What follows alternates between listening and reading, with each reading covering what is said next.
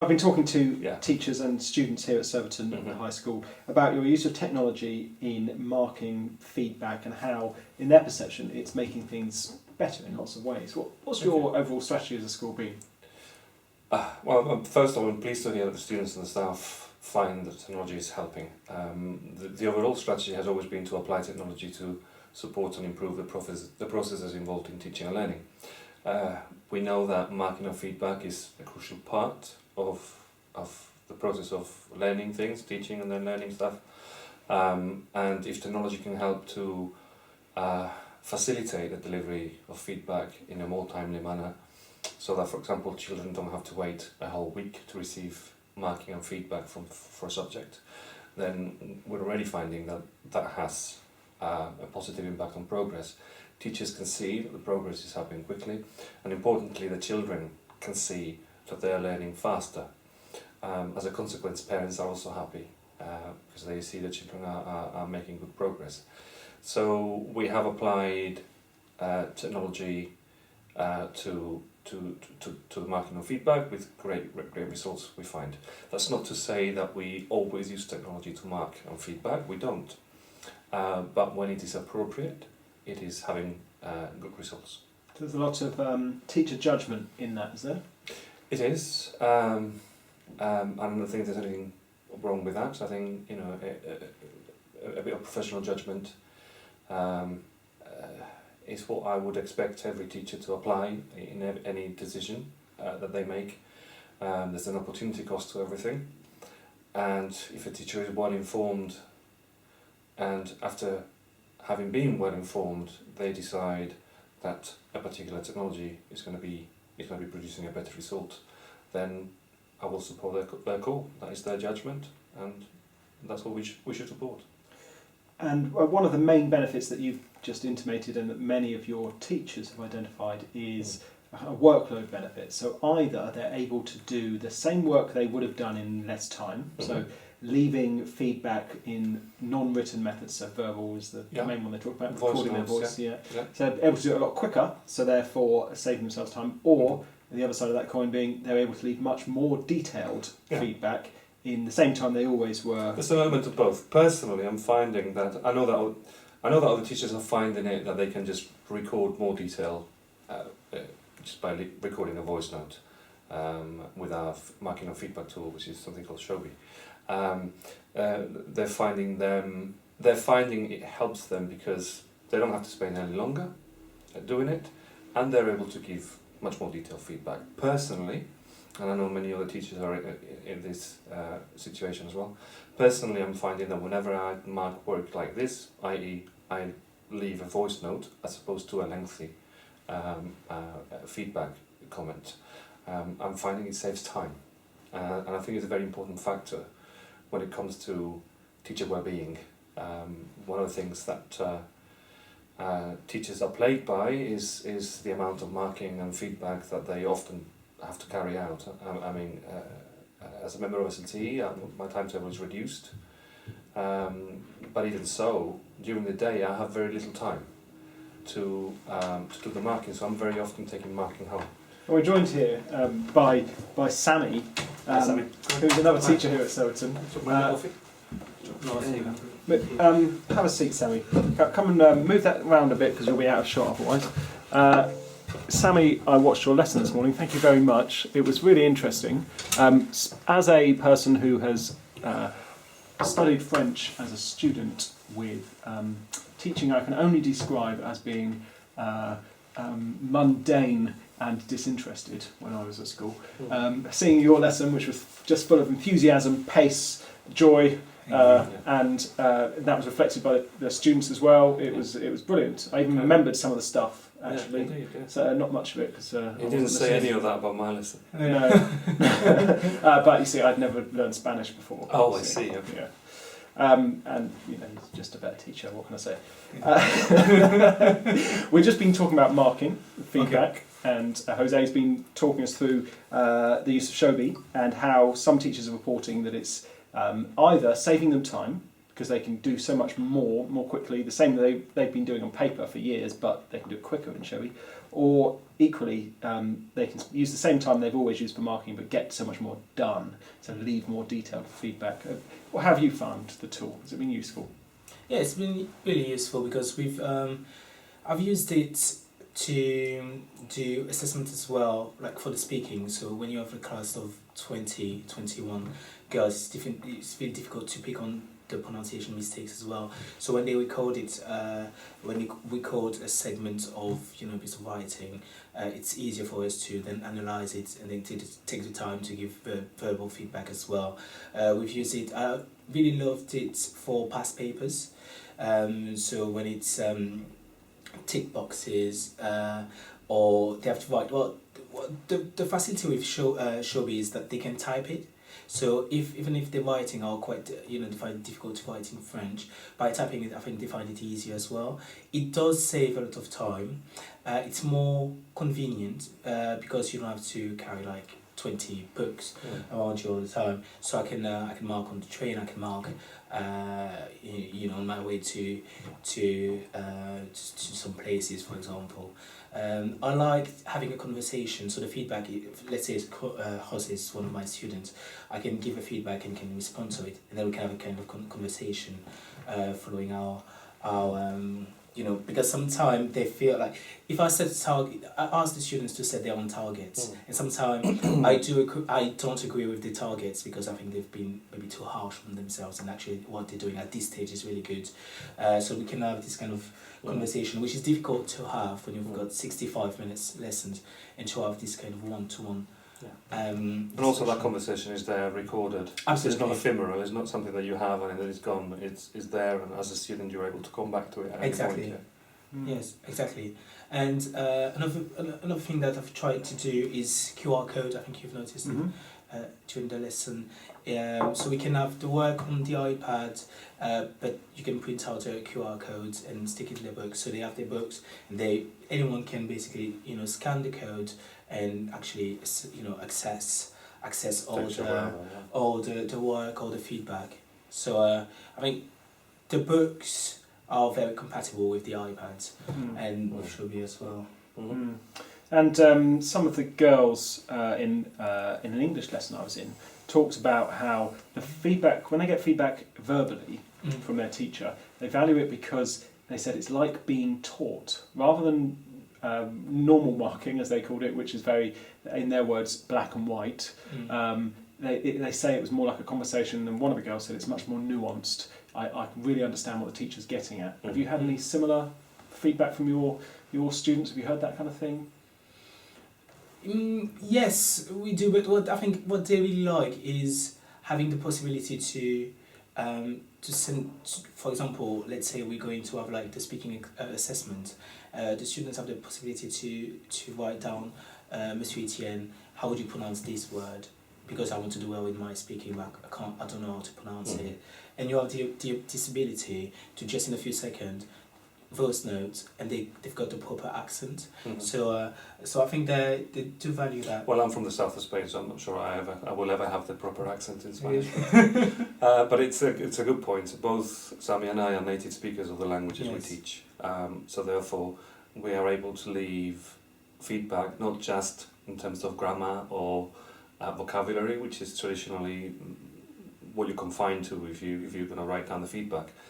But because we're native speakers and we're able to model correct pronunciation, we can now leave a voice note and with this is the word you need, and this is what it should sound like, which is great. In terms of what pupils feel, I think it's not just feedback. I think the pupils enjoy the ability of being able to listen from a familiar voice.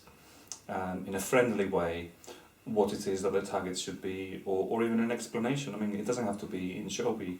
I recently prepared a little presentation with an explanation of the subjunctive that I've made available to the children, and the feedback from them has been wonderful. In that, we know your voice, we understand the way you speak, we're used to your explanation, and it's kind of comforting for the children to hear a familiar voice explaining a difficult concept. That's backed up by the research as well. Oh, wonderful. So, And I think when I started teaching, I used to write a lot of feedback, and I've noticed that the children, they don't, when it's too much, they don't really get the feedback. It's it's like they kind of scan. It's like, okay, It's too dense. Too dense. But with the recording, they can't.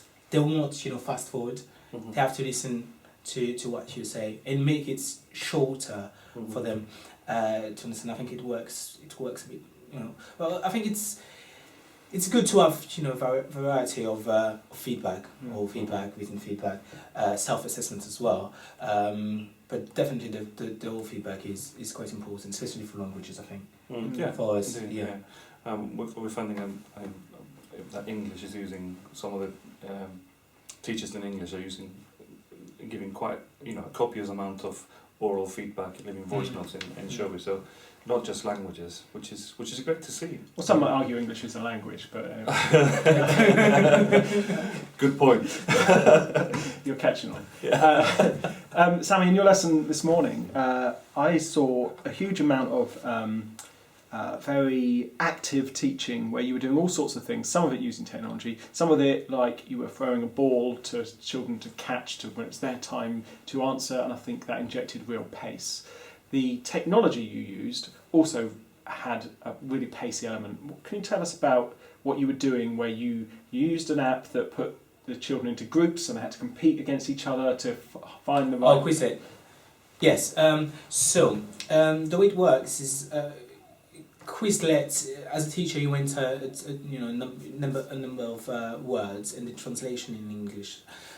So for today, I think they had about 39 or 40 words. So they can work on their own and work. You've got different sections, so they can use flashcards, match-up activity, test themselves. There's a game as well. They can listen to what is being told and write it down in English as well. And Quizlet Live that we use today is basically using this set of vocab but working in groups. So if I work with Jose, we would have a set of, 4 words each. And the word, for example, for today was I played. I can have a set of answers, but I will only click on one of the answers if I know that's the correct answer. And so we really need to work as a group to say, okay, I've got the answer, and then it kind of triggers a kind of discussion about why this is the correct answer. And you can also try this in different ways. So sometimes I ask them to be quiet. So they still work in groups, but I want them to be don't say anything. But that would be the really last stage of the teaching when I think they're quite, their learning is quite secured. But at the start, I just get them to stand up and be in your group. So you can have a look at all the answers and then pick and choose because you're not confident yet with the language. And then as we go along, it's moving. I think it's working really well to move from collaboration to independent learning. But they love it. They love it because they love being competitive. And then they get stars, which we use as a department to praise them. So when they get 10 stars, they get a merit on the system, a house point. And they like it because they don't know what is going to come up next. So it really keeps them on their toes. That's exactly right. So this was year 9. They'd reached a little bit of a more confident stage, so they weren't having to talk about it. But each girl, they were separate from each other, so they weren't next to the person who was in their team. So that meant they had to look really carefully at their choices there to understand the words that they had, their phrases, and they had to then be scanning each question that came up and say, is this me, is this me? And because it was... if they got it wrong, the rest of the team lose a point or whatever the metric is, and obviously no one wants to do that. There was no kind of blame around it. But it was highly motivated. Those individuals I'm not going to be the one that gets this. One of the criticisms of group work is often that one person always lacks and lets the other do the work. With this one, you can't slack. You have to be, there's nowhere to hide. Nowhere to hide. Exactly. But I think what they like about it is we've made a mistake. We're starting from 0 again, or let's catch up quite quickly. What I like about Quizlet is the instant feedback. So as soon as they get a mistake, it's not like, well, you got it wrong. next. It can spend I think 10 seconds, 5 or 10 seconds about this is the question. That was the question. That was your answer, and this is the correct answer. And then they have the time where they look, very carefully at what was the correct answer in order for them to progress and not doing not to do the same mistake again. And you know, just this frequent testing of facts and vocabulary, particularly for us, is, you know, it works really well for vocabulary retention. So the children are able to remember vocabulary more easily if they participate in, you know, in low stakes testing of this kind. So talk a bit more, Jose, if you can, about low stakes testing. Why is that a useful strategy? When it comes to remembering, you know, one of the important aspects in languages is to be able to recall the vocabulary that you need for a particular sentence that you want to construct, and we have been finding that when you test the children frequently, and I must stress that the children don't see this as a test. It's not a formal test. They don't see it as a test at all. To them it's just an activity. It has no stakes. When we talk about low stakes, it's actually no stakes. It's just an activity you do in the lesson, and what it does is it challenges the child to recall from memory a piece of vocabulary, and as it challenges the child to recall that piece of vocabulary frequently, the strength of recall increases, and therefore when the child wants to use a word in a sentence, it appears in front of them much more easily than it would otherwise.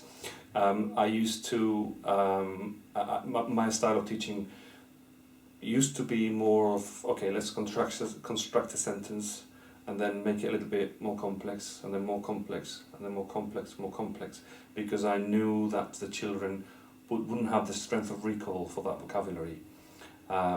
Whereas now, I find it's more authentic in terms of the way they speak. So a child does not rely on a standard format to be able to answer a question. So it's not as if I'm prompting that child to give me a prepared answer. Because that child is now able to recall vocabulary more easily, they can be more authentic and more spontaneous in the way they construct language, which is actually, whereas before I used to have children in a class all coming up with very, very similar responses, because that's how it was the best way to get them to say something. What I'm finding now is that every member of the class is coming up with a wonderful response, completely independently and individual for that child. So I'm finding personally that that children in Year 9, for example, you came to a lesson this morning, are able to construct sentences of greater complexity because the challenge of remembering the right word disappears. So therefore they're able to concentrate on, hang on, am I using complex structures?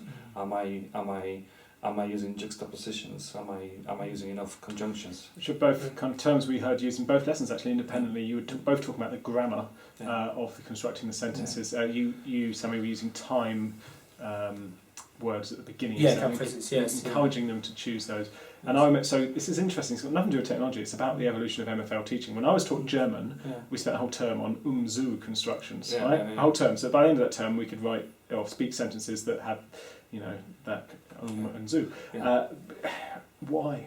I don't know. It was useless. Whereas what you've just described now would have empowered me to actually make my own sentences. But I think part of the recalling the vocab that Jose mentioned is Quizlet, for example, meets all the type of different learners' needs, really, because when I was studying languages, I had a piece of vocab on printed out, and I had to learn it like this. So if I wanted to write it down, I had to do it myself. But with Quizlet, everything is done. So if you are learning by listening, well, you can do it on Quizlet. If you are learning by typing the words in repetitive, in a repetitive way, you can do it. If you are learning by matching, seeing both. Dual coding is you can see things, you can read things, you can hear things. So yeah. Yeah, and I think when I set a vocab test, well, I find that the students are not afraid of it anymore because it's part of the lesson, and you can do it as a quick starter. 5 minutes we're going to work on. You're going to work on Quizlet. You can use your earphone, in silent, and then kind of becomes kind of a habit. It becomes an integral part of the lesson. It is. I may only use Quizlet for about 7 minutes in a lesson out of 65 minutes, Yes. but those are 7 minutes well spent, because after that we're able to construct sentences Absolutely. without the children having Yes. to worry about what the vocabulary was. Exactly, and I've seen an increase in terms of achievement for my students in terms of vocab test and in terms of writing as well. And when you give them, this is the new set of vocab we're going to learn, well, they would ask me automatically, it is on Quizlet. And I think this kind of enthusiasm is quite important. It's not just a piece of paper, just taking a book and spend hours. Very often we talk about engagement, and I think often the use of things like Quizlet is dismissed as engagement because we often say that, that bells and whistles. Exactly. And engagement is not a good proxy for learning. But what it does is that it engages children intellectually. They're engaged for the right reasons. So in order for you to learn something, your brain needs to be thinking about that. In fact, that's how you learn, don't they? Thinking about stuff. Thinking about stuff. It's revolutionary. Hard. Think hard about something, and you tend to end up learning it. So that's what the children are doing with Quizlet, essentially. Yeah. So. And you've noticed when I use Padlet, when they had and I really like Padlet because it kind of take off the pressure, because what we found is a lot of girls, I don't know if it might work for boys as well, they are really afraid of making mistakes. And what we're really trying to do as a school is, if you don't do mistakes, it's better to do mistakes now than to do mistakes, in your exam. And mistakes it's just a process of learning, really. And with Padlet, they don't have to put their names. So on the board, when they have the answers, we don't have any names, so we don't name and shame. We're just going to have a look at that. What was good, what was not good, why, and they can explain to them. And if we've got some really shy girls that would not put their hand up and ask, "Oh, Monsieur Etienne, I didn't get that." But because we're doing it as a class, well, they're learning at the moment, and I'm kind of addressing the gaps in their knowledge without being next to them and saying, like, this is what she did well. Yeah, you'd ask them to all write an ER or IR ending in French infinitive. No, past tense. Past participle, Past participle, some of them got it badly wrong, hadn't they? But the names they all came up on the board at the same time. There were some that were clearly wrong, and Sammy identified them, those examples, and said, "What's wrong? Is this?" So it's a learning opportunity. Is this right? Is it wrong? And why? And then the person who wrote it would have been sat there thinking, "Oh, that was me." And but nobody else knows. Nobody else knows. And listening to what the right answer was, and so that was quite good. And the last thing I want to ask about. Now we've both described really good examples of technology clearly having an impact on improving something that's related to the processes of teaching or learning. I'm going to challenge you, Sammy, about why you made a decision to do something when at the start of your lesson, and this, by the way, I may be wrong about what I'm assuming here. At the start of your lesson, girls were writing on their iPads with their finger like a whiteboard, and they were holding it up, and you were giving 2 points to Etoile for the first person to get the right answer, and everyone who got the right after that subsequently. You give 2 stars at once? No, 2 points. 2 points. Okay. Okay, did I get that wrong? Okay. Anyway, I thought I was being clever by getting the right French word. Anyway, why did you make the decision to do that using technology rather than to use a whiteboard and a pen? Would that not have been quicker, better, the same? I don't think. Well, it probably would have been the same, but I think in terms of picking up where they had made a mistake, that would take a lot of time. And I think for the girls, well, when you have a mini whiteboards and you have like sponge and everything, you have to erase and write it again. But with the iPad, it's so easy for them to just take off the last letter, for example, so they can go back and do something and change the ending. Because in grammar, the French grammar, especially for the past, is all about the ending. So they can undo it and change the ending. They don't write the whole thing right again. And I think they've got the iPad. Availability is what we is invisible technology, isn't it? So if we think of the iPad as technology, we think of the whiteboard as a different kind of technology. If you want to use the whiteboard, you have to make a deliberate decision to plan a lesson where the whiteboard needs to be used. You have to go and get the whiteboards, hand them out, etc., etc. Whereas, because the children already have an iPad with them that can be used in a variety of ways, it gives us teachers the freedom to say, well, actually, at this point in my lesson, I can use this tool in this way. And that's what we mean by technology being invisible. So the fact that the children are using the iPad as an interactive whiteboard, which you might think, well, that's quite a low tech use of an iPad, but it's there. It's already there. You didn't have to plan anything for it. You were just making use of the tool that was in front of you, which was then used in different ways. So in your lesson, I mean, I wasn't there, but so far we've discussed Padlet, Quizlet, and interactive whiteboard. So those are three things that could not have taken place in that lesson were it not for the fact that the children have an iPad. And I think the students are used to it because for the mini whiteboards, it's not an app on itself. We've got a set, it's an app where they have traffic lights, whiteboards, they have a timer. They've got, I think, 6 different tools that they can use, and they're used to it. So mini whiteboards, it's part of that tools. Same as I could have used at the end. I used. They had to give me a sentence as they went out, and they had to listen to the others. And if it was a good answer, they had to click on the green, the traffic light green. If it was a mistake, the red one. So it's just part of the set of tools that we're using, really. Okay. Yeah, it was a provocative question. I think you've really articulated really well the fact that it's there. It's quicker. They really enjoyed doing it, and they were really the speed at which they were able to write. I'd say almost faster than you could have done with a pen. It was incredibly fast. I mean, lots of people, often go to schools and say, "Well, you have an iPad, so you have to have a keyboard with your iPad." And I think we don't feel we need one. They write just as quickly when they need to on the iPad. I mean, bear in mind that they also use their exercise books and a pen quite often, so the iPad is not always used for writing. They use all their other tools as well. But when the iPad is required for writing, the on-screen keyboard is more than adequate.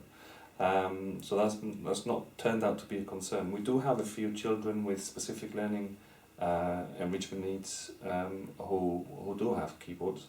But they're probably, with a school of 1,500 pupils, there's probably a handful of children with a keyboard. And I don't know if Jose mentioned that they can't, a challenge using the iPad might be, well, you can't see what they're doing. But the school we talked about this, I've established a set of websites and apps that you can use, so they can't download Facebook or Snapchat or what have you. They're all educative. And if I as a teacher found a really good app and I said, oh, I want my students to have it, I just have it to email the IC support or Jose, and in the second we've got it. Yes. So the system we have is one of what we whitelist apps. So the iPads are fully managed with a mobile device manager. That means that the children are not able to install apps willy-nilly that they choose from the App Store. In fact, they don't have an App Store. The App Store goes away, and we put in place an app catalogue with a list of the apps that we as a school have chosen. Now, the children have been given the opportunity to add apps to that list. So long as we as teachers deem the apps to be educational in some purpose, they end up in that list. So BBC iPlayer is on the list. There's a few educational games that are on the list. But other things such as Netflix or, bottle flipping apps, that kind of thing, they don't make it to the list for obvious reasons. So that helps a lot with to allay concerns about what are children going to be doing in a lesson, are they going to be distracted and so on. The answer is no. We have very, if we have any distraction to the lessons, it's probably very similar to the kind of disruption that we would have without the iPads. It's just children behaviour. Yes, it's remarkable walking around your sixth form centre. We walked earlier with some other guests into a room full of 50 year 12s and 13s, one member of staff behind a computer, not really kind of having to do what I would have done in that situation when I was working in schools, which was kind of watch like a hawk. Yeah. They were just getting on with their work, and all of the students in there had some form of paper and digital technology, and they were all on task. Exactly. And all silent, basically. Yeah. So, and that's culture. That's not. It's the culture of the school. Technology. Exactly. It's what we were talking about this morning about the Petri dish and creating the right culture. Is that? It's changed the culture, and then everything else fits in around it. So I think it's something we've managed to do really well here. I think. Yes. Yeah.